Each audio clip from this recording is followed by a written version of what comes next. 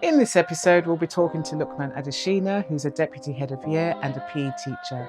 We'll be delving into his early life and what inspired him to dedicate to enhancing the well-being of secondary school students through sport and encouraging them to achieve their full potential. This is particularly poignant with everything the England women's football team, the Lionesses, have been achieving. Welcome to the Measure of Success. My name is Bissy and I'm joined today by Lukes Adesina. Welcome, Lukes. How are you today? I'm good, thank you very much. Thank you very much for appearing on the podcast. So, just before we get started, just tell us what it is that you're currently doing now, what your title is. So, I am a Deputy Head of Year and I'm also a PE teacher alongside that job role.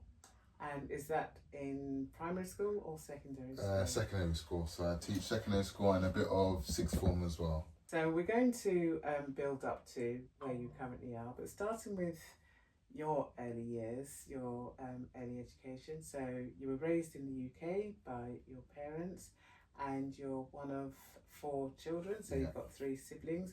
Where do you fit in that? Are you the middle child or the youngest boy, so I've got 2 older brothers and then I've got 1 younger sister. Right, okay, so you're kind of in the middle, but not quite in the middle. So at one stage, your sister is younger than you, so at one stage you were the youngest child. Were you spoilt? No, I want to say no. I think I was just like, I had 2 older brothers that can look after me. And I don't think I was spoiled because some of the stuff that they've done, I've never done before with my parents, and I still hold it to them today. But I don't think I was spoiled at all. Right, okay. Would they agree with you?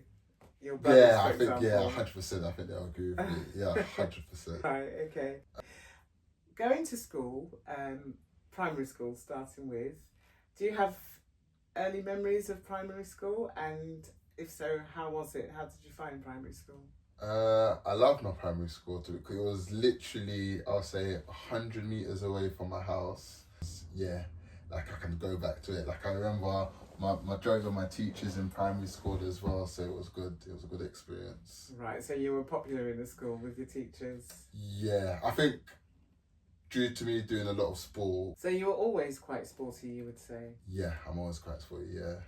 Any particular sports? Football's the main one. I'm the main best at football, but I always say I can do every sport that's on land. Anything to do with water, then I'm not about. But anything to do on the land, I can still play and give it a go. So it's not too bad. And where do you think your interest in sport came from? Was it just growing up, just, being with other kids, your brothers, for example? Yeah, I think because my older brothers were going out playing sports and like being at home, I was like, okay, I want to be like my older brothers. I want to be out and about as well. So I think just taking sport, and because they love sport as well, it was just, I think it's our sporty family.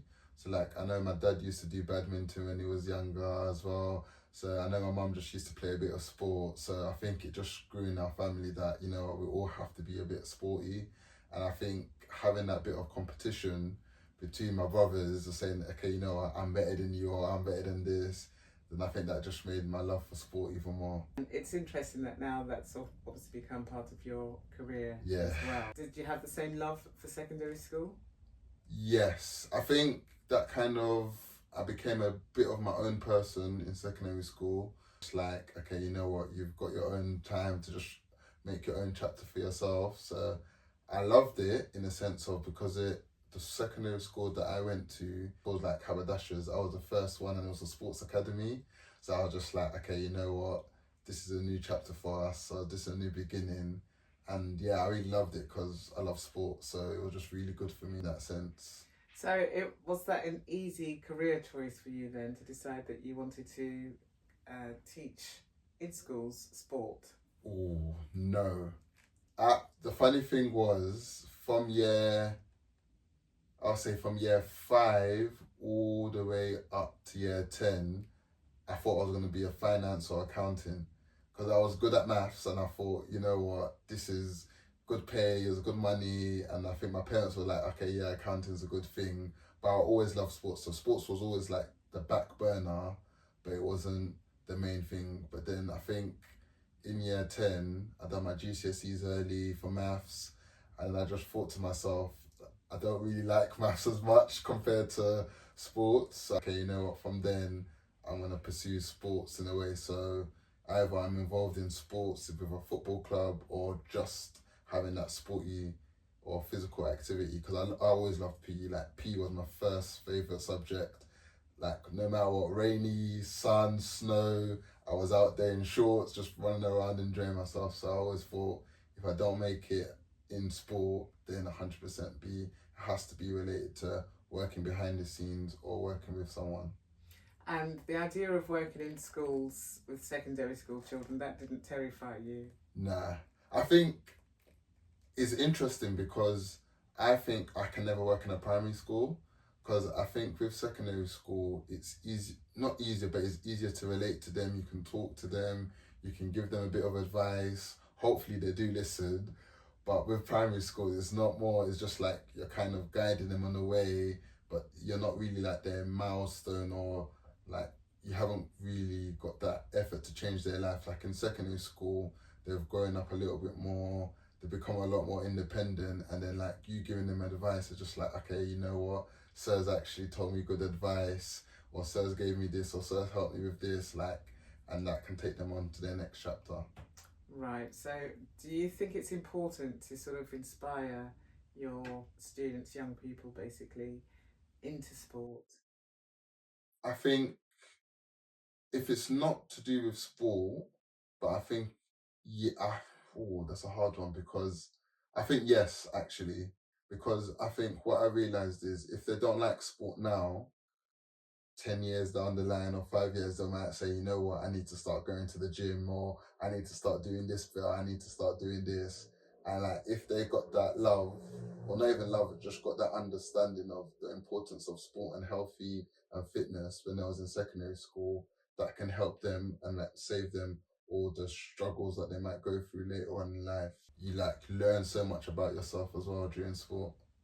Right. Do you encourage people to push themselves to the max? Yeah, I think you have to come out your comfort zone, because I think if you're comfortable in just doing like the little basic, then you're not really learning about yourself. You're not going to improve. But then as soon as you come out your comfort zone, you're going to be like, oh my god, I need to start talking, or I need to learn how to do this. I need to learn how to do that. And then I think everything is always relatable in sport. So like when you go to work, you're always going to work with, you might work independently or you might work with a team. So I think, yeah, you can always relate everything back to sport as well. Never really thought about that actually, that everything can kind of, you can link it all basically. So do you think that through their sport that you can actually tell what kind of characters a lot of your students are? Yes. So that you can tell the people that are overthinkers, the people that are more very competitive, you can tell the people that are talkative, you can tell the people that are not emotional, but you can tell the people that I would say are tactical about certain things, about certain elements, and you can tell their positions as well that they do, or the certain sports that they play. So like what you realize is someone that's very competitive might do an individual sport than other than a team sport, because you know what, they don't want to rely on other teammates. So they rather just say, you know what, I'm gonna do it for myself. If I lose, then I know the better person beat me, but I know I can only blame myself. And how do you encourage your students? So let's say there's somebody who you think is going to be really good at this sport, you've seen their potential, but they're not really showing much interest. So there's two ways about it. I can either talk to the person and say, okay, you know what, just turn up to a lunchtime club, just see how it is, just try it out. If you don't like it, then you don't have to attend. It's not like your life or death, like just try it out and see. Or I can talk to their parents and say, like, I recommend like your son or daughter is really, really good at this sport, but they're a bit shy. Like, could you have a word with them and say if they can attend the club, or ask their friends to come along with them as well? So like that's the three ways that you can kind of go about. Because at the end of the day, if they don't want to attend, you can't really force them. But I think talking to their parents is a big one, because they'll just be like, okay, you know what, he's actually good or she's actually good, and then they'll say, okay, you know what, we'll try it out and see, and then when they turn up and they'll enjoy it, then they'll just keep on turning up. But I don't think putting too much pressure on them to attend the club, because after then they'll just be like, no, I'm not attending, and then they might switch off during PE lessons, or they might just opt out, which we don't want. So you don't have this kind of this. There's the image, of course, of like the American, army, US Army. Yeah, nah. Very kind of strict, rigid, shouting at your students. I think at the start, it's more welcoming, enjoying, and just having fun. But I think then maybe if they do want to take it seriously, and then we do go into competitions or we do certain events where we are competing against other schools, then that's where maybe the shouting starts coming. But if it's more just about having fun in the club, then it's just having fun and enjoying yourself. Do you teach all through the secondary years, Yes. from years 7 to 6th form, boys and girls. So, okay. yeah. And do girls tend to tail off? Do boys keep it going, or is it equal? It's equal. So we currently do segregated. So the boys are being taught elsewhere, the girls are being taught elsewhere. They teach the same subject, so the boys will have football, basketball, rugby, and dance, and the girls will have the exact same as well.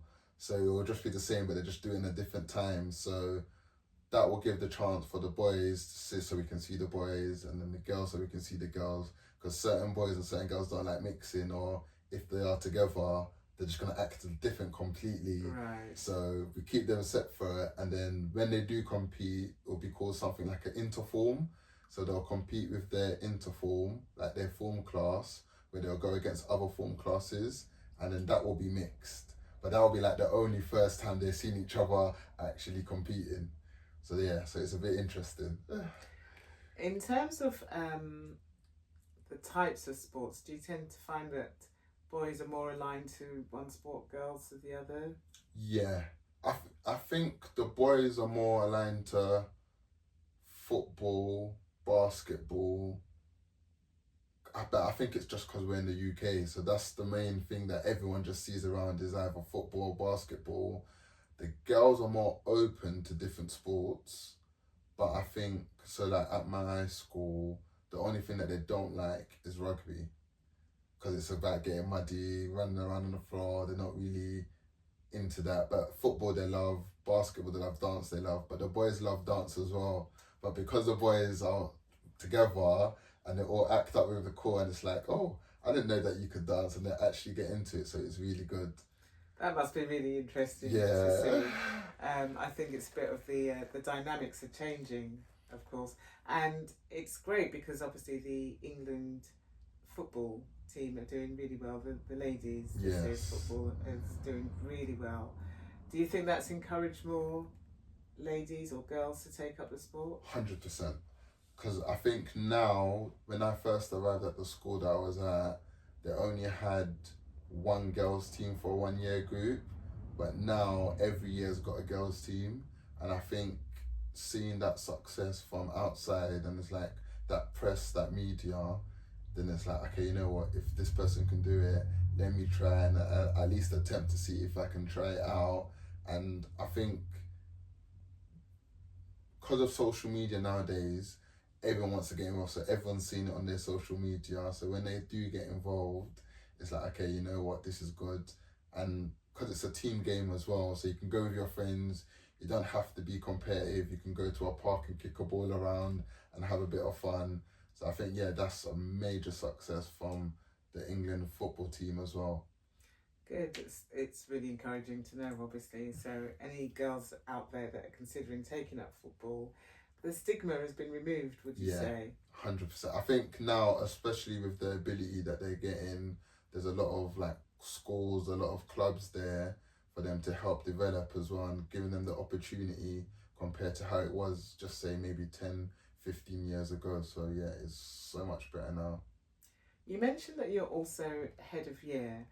Is this for the same school Yes, throughout? same You've been at school, one yeah. school. How many years in this school then? 4 years. 4 years now, so it's obviously going really well. Yeah. You're smiling, so I'm assuming that you obviously really enjoy it. So how did that lead to you becoming head of year? So my first year at the school, it was interesting because I was the only male PE teacher. So got involved with everything. And then because I was the only male teacher, a lot of people recognized me and knew me around the school. So then the funny thing was, when I was in my second year, the deputy head role came out because it's just a brand new role that they started in the school. But I didn't apply for it due to the fact that my partner had just given birth. So I was just like, you know what, I don't want to stress her out. I don't want to do extra work. I just want to be at home with the baby. And then funny enough, they went through interview stages, and then the people that they interviewed, they didn't really like, in the sense of they didn't fit the role. And then they approached me and they was like, oh, look, when do you want to consider the role? I went home, spoke to my partner about it, and then she said, just apply and see. So I applied, got the role, and then now I've been doing that role for the last 3 years. So it's really been good. And so it hasn't impacted on family life in an adverse way or anything? Yeah. Good to know. So for someone who thinks, oh, I would love to apply for that position, it's just become available, I think I'd be perfect for the role, but somehow they don't have the confidence, for example, what would you say to somebody? I'll say talk to people. So like if you are in a school like myself, talk to people in the head of departments or SLT or a head teacher, just to say, what is the role about? Just ask them for advice, just personally, because I think if you shy away and then you don't go for the opportunity, you might not never get that chance again. So I would say always talk to people, get their advice on the role, get their advice on what you think you should do for your career. And I always say, like, there's no harm in applying, because if you apply, what's the worst can say is no, but then you can say, okay, what can I do to do better for next time? So it's all just like a learning curve, and it's all something that you can just keep on developing as you go older. So now, obviously, you are where you are, Yeah. and do you think that this is something that you're going to continue doing for the next 5 years, 10 years, for example? I think I'm in two minds at the moment, because I've seen both sides of it. So I'm the teacher side and I've seen the pastoral side as well. I've kind of got the option to go either if I want to take PE side, the curriculum side, more seriously and go for head of department, or I can go pastoral side and go off head of year and progress, keep on going like that. So I'm in two minds, but what I'll know is if I go to head of year, I'll do less PE, and if I do more PE, then I'll do less pastoral side. So it's a decision that I have to weigh up and see where I'm at if a position comes about in the school. So the pastoral side obviously is very important to you. Yeah. Is that something that helped you when you were growing up, for example? I don't think I had a pastoral side when I was growing up. So it's interesting now I'm in it, because I think maybe in school, I think I didn't really have people I had my friends to talk to when I was growing up in school. I had my older brothers, my parents that I could talk to if I had any certain situations.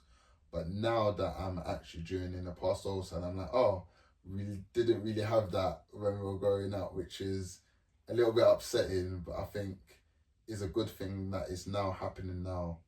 Of course, we hear a lot about mental health or mental wellness, and certainly with a lot of young people as well, and how they're impacted in today's society with social media and all sorts of other issues that go on. So I can imagine that must be very important for you, particularly being a family man yourself, as you said.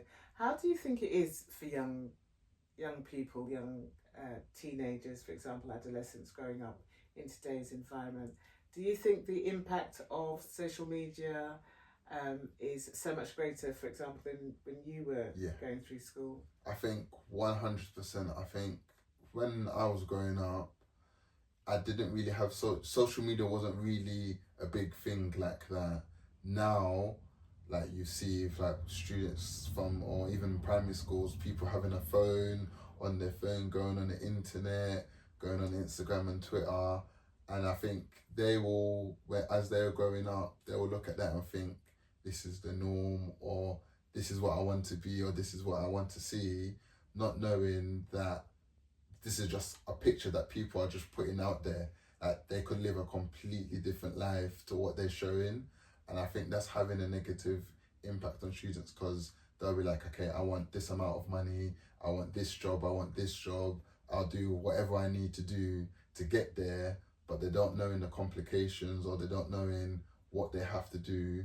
Like they might go into crime or they might go into certain things not knowing that that is not a good thing for them, but they just want that fast life or they want that fast car, money, they want best clothes, and it's yeah, it's a big negative impact on today. I personally think, and I think during work or when I'm at work, social media, everyone's like group chat problems. They're all arguing with each other, or there's just so much happening in school. They're perfectly fine, but then as soon as they get back home, that's when they have their problems. And the teacher side, and I've seen the pastoral side as well. How would you encourage somebody who is listening to this, for example, or has had an interest in going into support with young people and sport, obviously?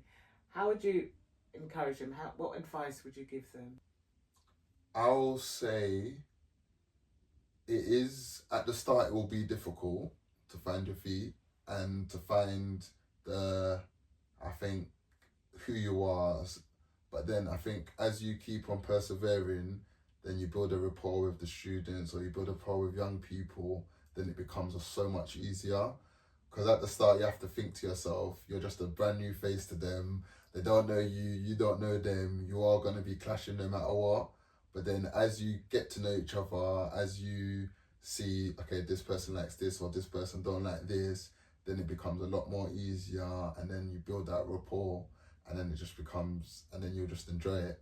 Because I'm always an advocate of like working with young people because I think you'll see that it takes the time, but then you have so much of that impact on their life because you'll see them. So for me, I see them Monday to Friday more than their parents see them at home or their siblings. So it's just seeing that their development from when they were young, when they first came in, to when they're finally leaving. So I would say just keep on going and keep on persevering. You are going to get hard days. Everyone gets hard days, but it's just one of those ones that you just keep on going and say, don't take anything personal. Do you think it's important to be liked by your students?